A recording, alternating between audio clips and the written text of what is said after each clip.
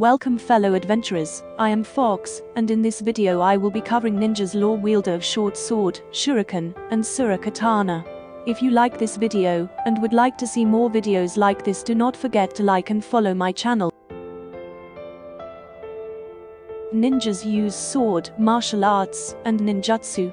Their swarm of attacks consists of swift movement, smoke shells, and unique skills, such as hiding and pulling the enemy into the middle of total chaos.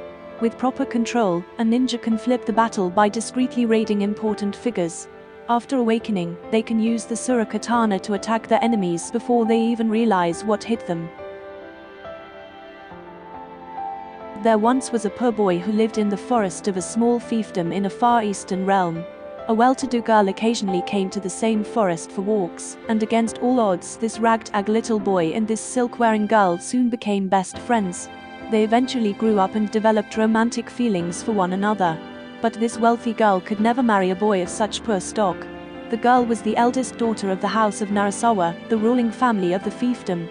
Her future groom, the son of another lord, had already been arranged, and she was destined to take over as head of her house. The boy had no concern for any of this, however, and decided to leave the forest to learn the art of combat, so he could protect the girl one day. Whether fate, so cruel in denying the two lovers, was moved by the boy's devotion was unclear.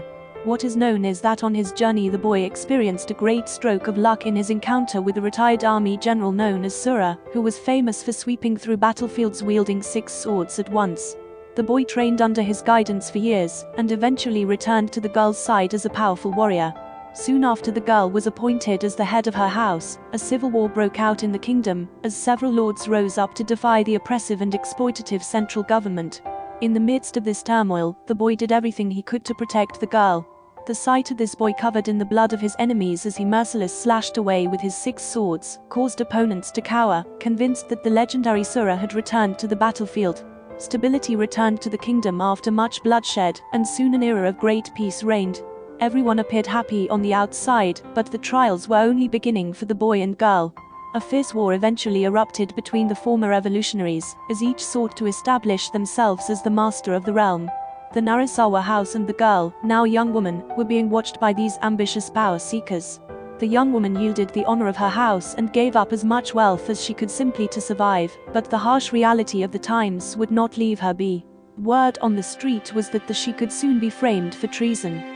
The boy, now a grown young man himself, felt the need to protect the young woman and the house of Narasawa from the new powers of the realm. However, there was not much a wandering swordsman and his gang of followers could do. He first needed to figure out how to make a living.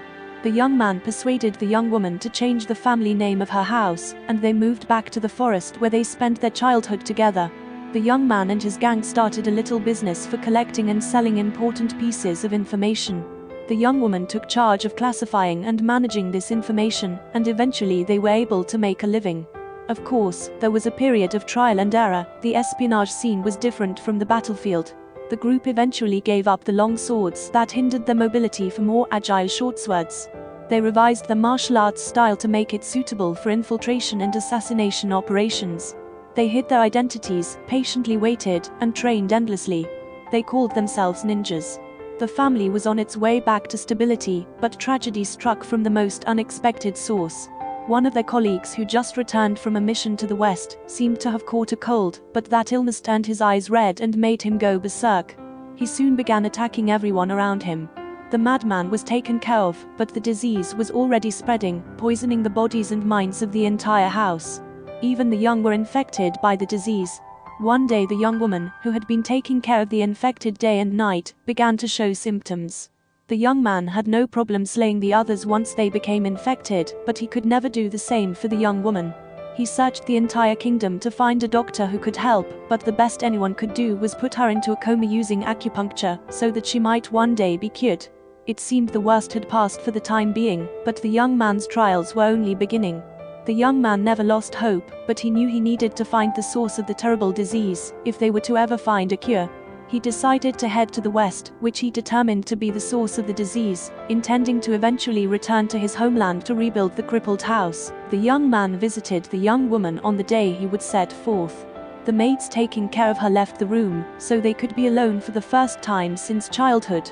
However, the young woman did not awaken. Before he left, the young man made a vow to the young woman. On the day when Sura returns, the Narasawa flag shall fly again on the field of battle. I hope you enjoyed this video. For more lore on different classes of Black Desert Online, do not forget to like and subscribe. Let's aim for 100 likes. Thanks and God bless you all.